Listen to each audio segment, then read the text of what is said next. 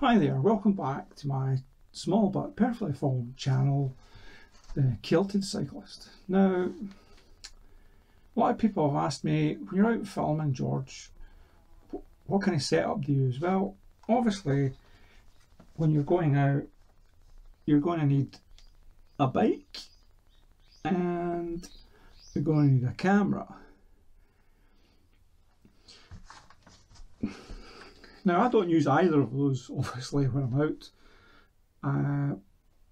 I tend to use the DJI Osmo Action, which is similar to the GoPro, but I think it suits me better.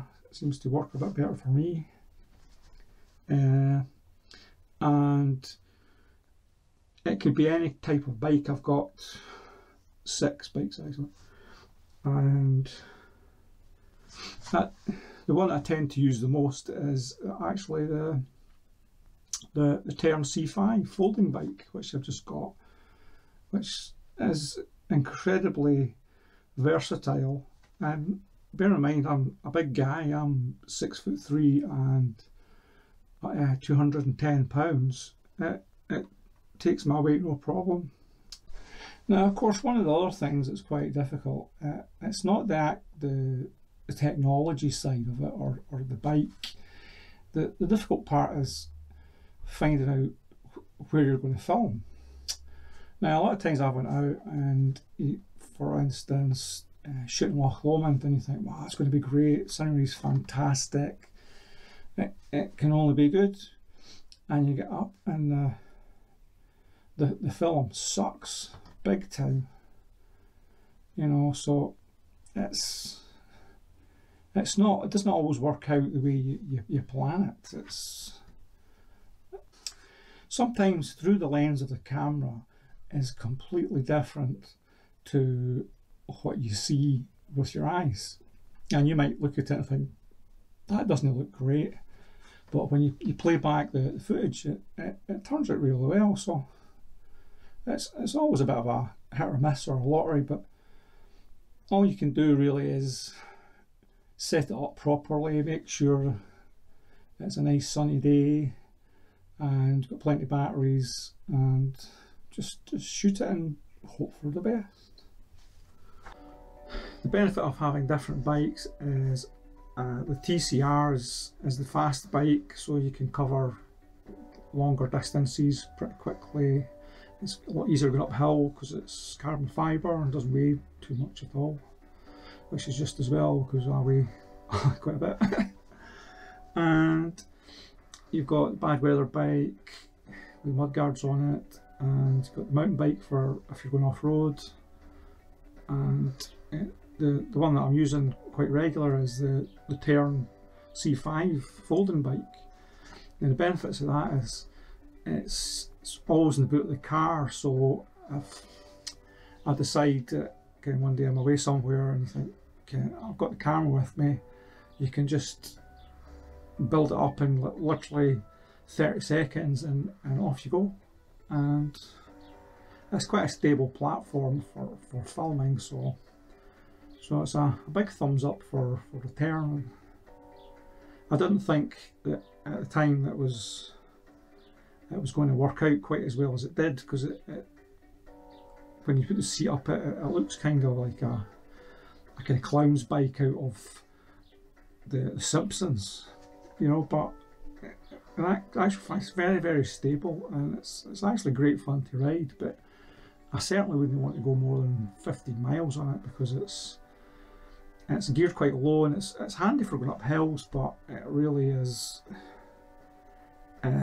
not designed for that kind of thing, you know. Now back to the camera. Okay, so I got a DJI Osmo Action and plopped it on the bike. Got different mounts for it. I've tried the chest mount, but it always seems to look down at my knees, or it's hard trying to get the right angle for it. So I don't really use it at all. I know people put them on their helmets, but I've got a tendency to be looking about all the time and admiring the scenery, and it's just basically, once you've filmed it, it's unwatchable because your head's bouncing about that's on a spring, you know. It's just not great at all. So to my mind anyway, I don't like it, so I just don't do it. There's other people out there, they think it's great, and well, watch their channels, you know. But I don't, it's not for me. Now, with the DJI Osmo, I tend to shoot it in 2.7K and 60 frames a second. Now, when you're doing the 2.7, that's a lot higher than the 1080, but it's not quite the 4K. But really, the majority of people looking at the analytics on YouTube don't really watch it in the big telly on 4K. Now, I do. I like to see it in quite high resolution, and shooting it at 60 frames a second, it allows you to kind of slow it down, and you don't get any of the blur at the side. So that's what I use. And the thing is, you can always, if you're not happy with it at high resolution like that, you can cut it back, make it 1080 with 30 frames, and shoot it like that. Yeah, one of the downsides of recording and doing a voiceover is that when your neighbour's looking and they see you talking, it looks like you're talking to a door. You just look like a complete lunatic. But hey, you've got to suffer for your art.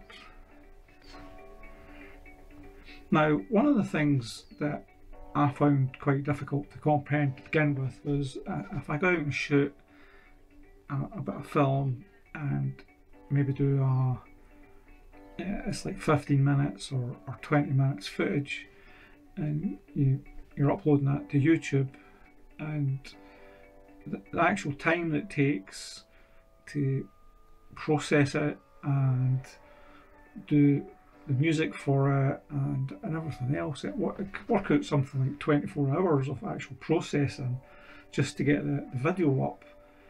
And you can get a better understanding about, when they're making movies, the actual work that's involved to make a full feature film. When that's, like I say, you're doing a video that's 15 minutes and it takes like a full day, and probably sometimes even more, to actually process it. You know, but hey, that's just the way it is.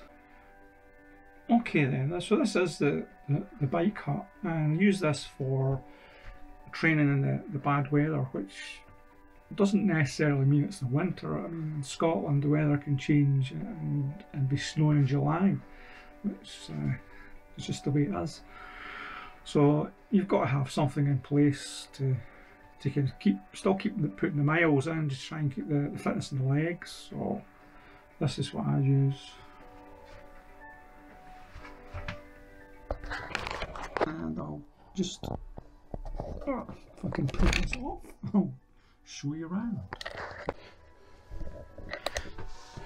Right, so I have the turbo trainer and the bike, and then I've got the important thing, the massive fan, which keeps you cool, because like once you start training, within literally 5 minutes you're just soaked in sweat. So you've got to have the fan. The other thing you've got to have is the big telly, because there's nothing worse than staring at a blank wall for like an hour's training. So if you've got cycling videos or something to put up, which is just always slightly better to watch, and this is one I'm watching, an American woman who's put a race up, so it gives you the feeling that you're in a group or something like that, so it helps kind of motivate you. Then we've got the hi-fi, because you've got to have decent sounds on, and obviously at the moment I'm just using the sounds off of the video, but for copyright reasons.